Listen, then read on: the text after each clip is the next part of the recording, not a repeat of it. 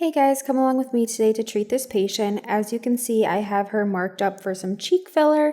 I like to mark right over that zygomatic arch to make sure that I'm right over bone on all of my injections.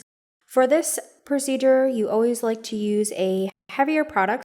As you can see, I'm going straight down to bone, making sure that I'm grounding and anchoring that needle down to bone, doing a good thorough aspiration, and then I'm pushing product and I'm leaving that product down on bone. Once I leave a nice little bolus down on bone, I'm coming out and I'm moving to my next injection site. The way I assess my patient for this is typically I like to figure out where the apex of the cheek is, so that apple of that cheek where they should have the most projection and volume. And then I also like to look over my patient and determine where they're having volume loss. A lot of the times patients have volume loss on the side of their face that they sleep on. Sometimes it isn't always that, but sometimes they're losing volume in certain places and areas. So allowing yourself to stand behind them and look at both cheeks at the same time will let you assess both cheeks and assess to see where the volume is lacking. So I always do that. I always assess the apex, look over my patient to see both cheeks in the same viewpoint, and then I mark up where there's a lack of volume or where I can pick up support. Just a reminder that your mid-face volume support, if you are lacking this in any way, shape, or form, your lower face is going to suffer. So that's when your nasal labial folds start to show and other volume loss in the lower face. So always make sure that you're doing structural support down to bone in the mid-face in order to pick up and lift and refresh your patient.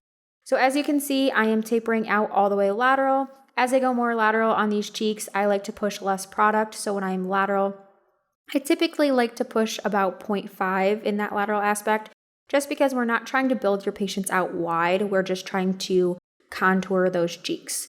So again, making sure you're isolating that needle down to bone, doing a nice thorough aspiration, and then pushing product and leaving that product down to bone. Basically what that's doing is it's replacing any of that volume loss, providing structural support for your patient to pick up that mid-face, kind of replace that collagen and elastin and that laxicity that we have lost in our mid-face. So overall, make sure that you are always assessing the cheeks. A lot of the times people think that cheek filler is not necessary, but if you're looking at the face as a whole, comprehensive unit, it is very much necessary to replace any volume loss. So again, go down to the bone, 90-degree angle. When you're on bone, you're going to know you're on bone. It's going to be a hard stop. It's going to be crunchy for your patient. Once you're on bone, you want to do a thorough aspiration to ensure patient safety. Once that's done, you're pushing product. I don't like to push more than 0.1 on each site. Like I said earlier, as I get more lateral, I'm pushing less, but that's a good rule of thumb is no more than 0.5 per injection site. You could always come back, tailor, tweak, fine-tune things, but that will allow you to stay nice and controlled and steady during your injections. So here I am more lateral. I'm going to push about 0.5 here so I don't make my patient look too structured in those cheeks, but still focus in on that contour.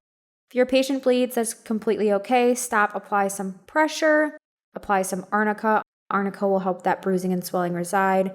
As you can see, I went in for my first round on both sides, and then I'm reassessing where I'd like to go back in and just touch up with the remainder of my product. So just because you leave one side doesn't mean you're done. Always step back, reassess, re-inject if you need to. It's never too late to go back to a certain area to make sure that it's perfect.